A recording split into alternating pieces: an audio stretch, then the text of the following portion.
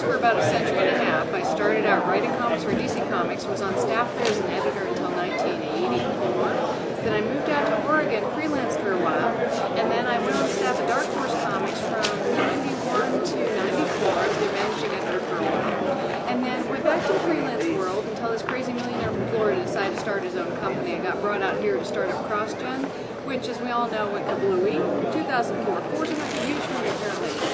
And then since then, I've been freelancing, writing and editing and packaging things for them. Okay, what projects have you got most recently that you want to plug? The project on my desk right now is Chapter 5 of the script for the manga version of Dark Crystal, an original story based on the Henson manga movie being done by Tokyo Pop, which will be out earlier next year.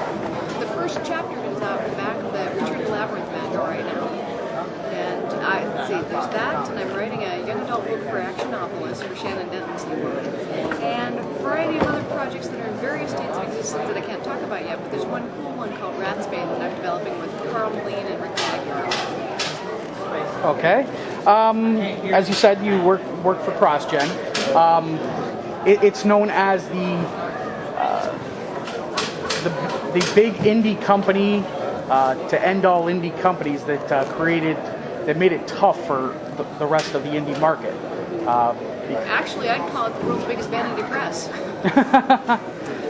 Definitely, I think it was sort of a hybrid creature that wasn't quite an independent company and wasn't the same as the big companies who exist more to feed off of creators to go their own way.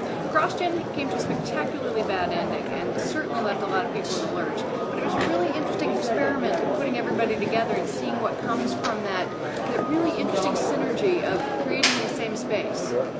Okay. With your new projects, when are they going to be out?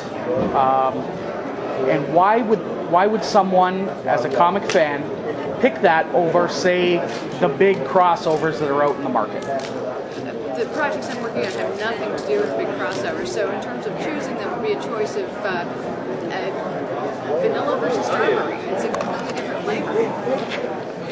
And it's almost special appearance by David Lloyd. In terms of, let's see, first thing up to market is going to be Dark Crystal, which comes out early next year. I don't know the exact date. And then the book will be out later next year. Everything else is in like further development, moving along to the point where I have no street dates for anything else yet. But I'm hoping people pick them up because they find them interesting.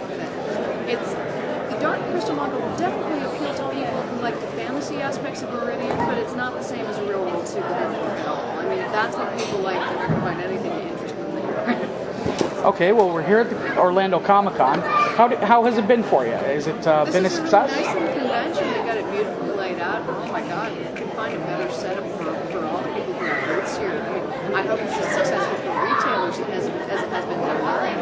But this is a really comfortable venue and a really nice place.